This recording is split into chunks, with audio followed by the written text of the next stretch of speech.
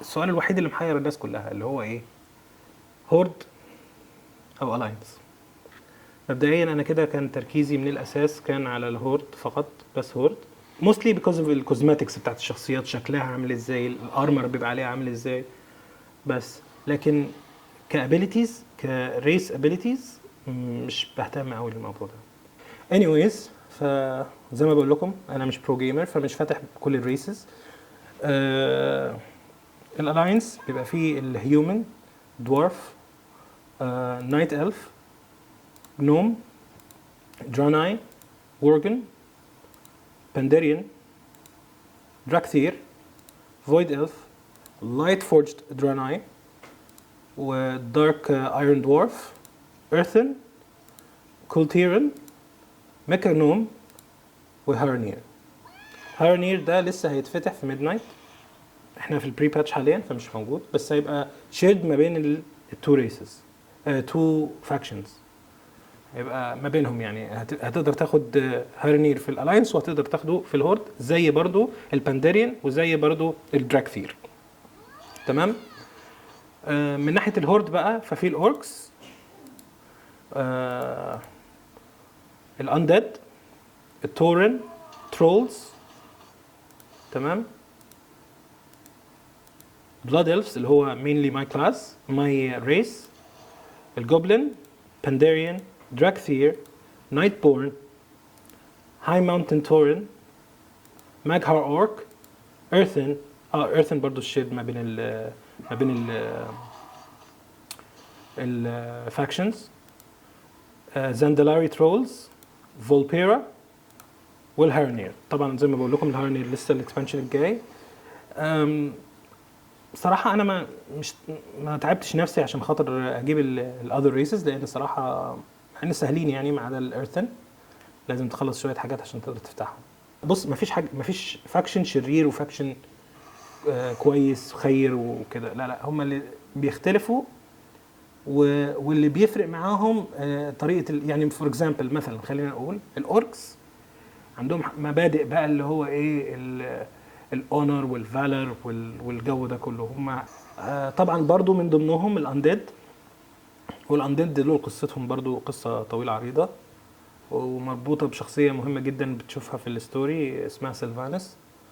والسيلفانس دي اصلا كانت بلاد الف، والبلاد الفز كانوا اصلا الفز، وبعدين في ستوريز. فانت على حسب السؤال بقى بيتقسم الى اجزاء، انت ايه اللي ميال للشكل، التاريخ بتاع الريس نفسه، الكوزماتكس هتكون عليها عامله ازاي، الهيستوري، يعني تاثيره في الستوري. لو انت شخص بتحب الستوري، بتحب انك تعرف تاريخ واو، تاريخ الستوري وازاي ابتدت الدنيا، وازاي احنا هنعمل فيديو هتكلم فيه عن واو ان جنرال، وازاي واو دي اتوجدت، والعالم اللي هم عايشين عليه اللي اسمه ازاروث موجود ليه، وايه اللي حاميه، وايه اللي عايز يقضي عليه، وايه الفورسز الموجوده، اللايت والفويد اللي هم الدارك،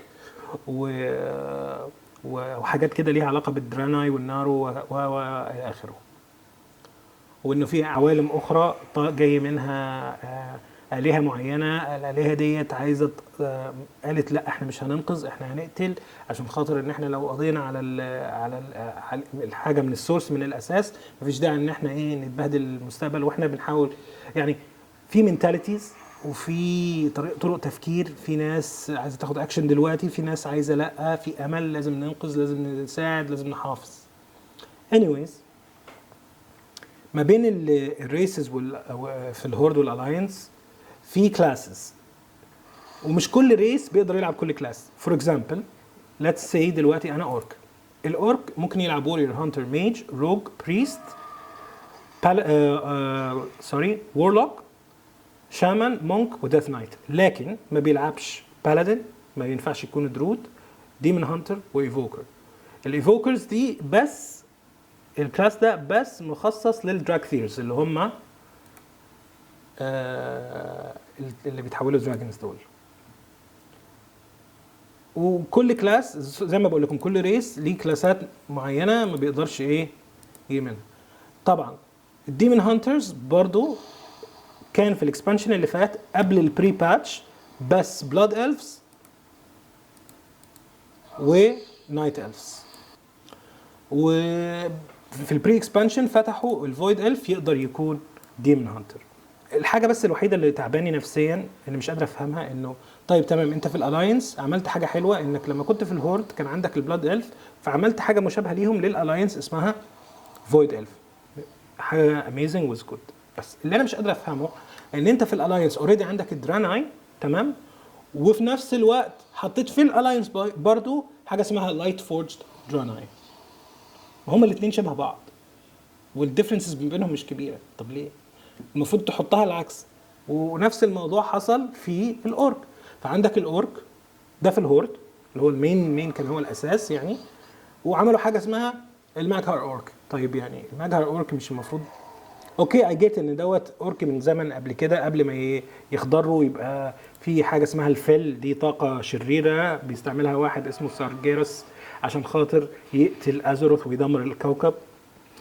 ازروث كمكان مش معروف هو فين، او الفضاء واسع وكبير، فما كانوش يعرفوا بالظبط وير تو بين بوينت ازروث. فكانوا بيعملوا ايه؟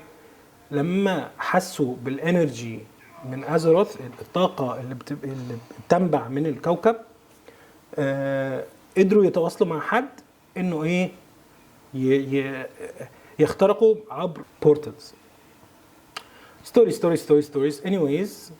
في ريس اسمه ترولز من اقدم الريسز اللي في ازروث. مع مرور الزمن صاروا نايت الفز، اتطوروا لانهم بقوا يسخروا السحر ليهم وتعمقوا فيه جامد، فتغير شكلهم. حصل ما بينهم من بعض كلاش، وهو ده السبب اللي خلى سارجيرس يجي يخش الارض. ومنهم كوين اشاره هي السبب طبعا. عندهم حاجه اسمها جول اوف ايترنيتي، وكان هو ده مصدر الطاقه بتاعتهم، مصدر السحر بتاعهم، وكان مديهم الامورتاليتي ان هم ما يموتوش خالدين.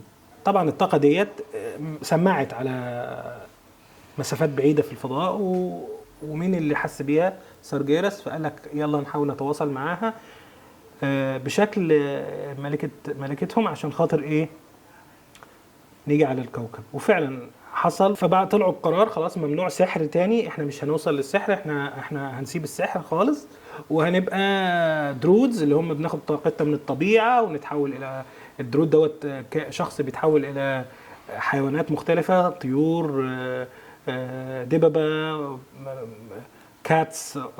في جزء من